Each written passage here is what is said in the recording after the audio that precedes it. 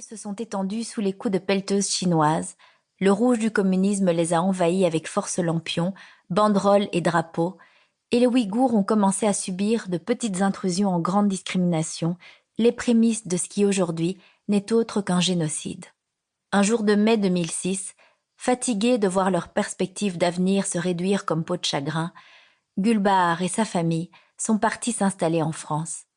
Parce que les Ouïghours pratiquent un islam sunnite, que leur culture prend sa source dans des racines turciques et non chinoises, et que la Chine les a absorbés tardivement, la frange séparatiste minoritaire de l'ethnie revendique son indépendance sous le drapeau bleu ciel du Turkestan oriental. En 2009, les émeutes d'Urumqi, où plusieurs centaines de Hans et de Ouïghours ont péri, ont fait basculer la région dans une répression d'une violence inédite. Ses dirigeants l'ont doté d'un impressionnant arsenal de surveillance et de contrôle. Des armées de caméras usant de la reconnaissance faciale, des dispositifs policiers à tous les coins de rue, et à partir de 2017, des camps de rééducation.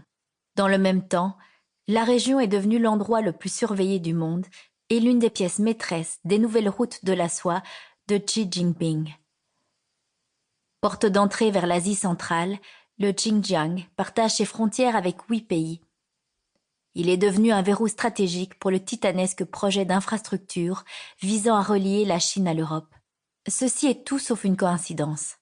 À ce jour, Amnesty International et le Human Rights Watch estiment que plus d'1 million de Ouïghours sont ou ont été déportés dans ces camps. La Chine, elle, persiste à les désigner comme des écoles, où les professeurs entendent éradiquer le terrorisme islamiste des esprits des Ouïghours. Gulbahar n'a jamais nourri le moindre intérêt pour la politique de son pays. Elle le dit sans mépris, avec une pointe de fierté. Quand elle évoque sa religion, elle parle d'un islam de paix, d'un islam modéré. Elle n'est donc ni une indépendantiste, ni une terroriste islamiste. Pourtant, elle aussi a été envoyée dans les camps. C'est là toute l'hypocrisie et la perversité du système concentrationnaire chinois qui cherche non pas à punir la minorité extrémiste ouïghour, mais à faire disparaître l'ethnie entière, y compris ses membres exilés à l'étranger comme Gulbahar. Un matin de novembre 2016, Gulbahar a reçu un mystérieux appel en provenance du Xinjiang.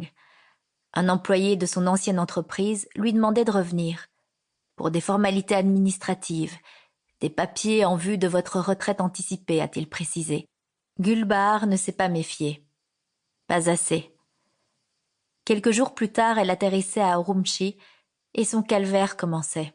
Les autorités lui ont confisqué son passeport, l'ont jeté dans une maison d'arrêt, puis après des mois passés dans une cellule sans avoir été jugée, l'ont déporté dans un camp. Là-bas dans les camps, la rééducation a ceci de systématique qu'elle s'applique à détruire toutes ses victimes avec la même méthode. Elle commence par déposséder chacun de sa singularité. Elle prend votre nom, vos vêtements et vos cheveux. Ainsi plus rien ne vous distingue des autres. Elle s'empare ensuite de votre corps en le soumettant à son rythme infernal. 11 heures par jour, dans des classes sans fenêtres, où des professeurs vous font répéter inlassablement la gloire du Parti communiste. Si vous vous arrêtez, on vous punit. Alors, vous continuez à répéter jusqu'à ne plus rien ressentir, ne plus rien penser. Vous perdez la notion du temps, de l'heure d'abord, des jours ensuite. Dans le salon de Boulogne, entouré de sa fille Gulumar et de moi-même, Gulbahar revivait ces moments de vide. Elle se concentrait, les sourcils légèrement froncés, la mine grave. Qu'a-t-elle ressenti quand les gardes l'ont enchaînée 20 jours à son lit ? Rien, me répondait-elle avec l'air inquiet d'une personne qui soupèse l'étrangeté de sa réponse. Quand on l'a fait monter dans un camion une nuit glacée de décembre, sans lui dire où on l'emmenait, Gulbahar a cru qu'on la fusillerait au milieu du désert enneigé.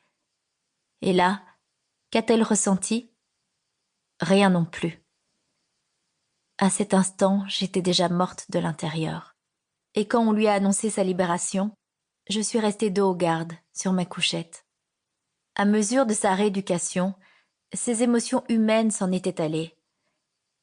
L'intimité de nos conversations l'aidait à les recouvrer. Sous le regard ému de sa fille, la principale actrice de sa libération, la traductrice de nos échanges, Gulbahar rejouait chaque scène de son drame. Pour continuer à écouter ce livre audio gratuitement, cliquez sur le lien dans la description et vous pourrez l'écouter en entier sans frais grâce à l'essai de 30 jours d'Audible.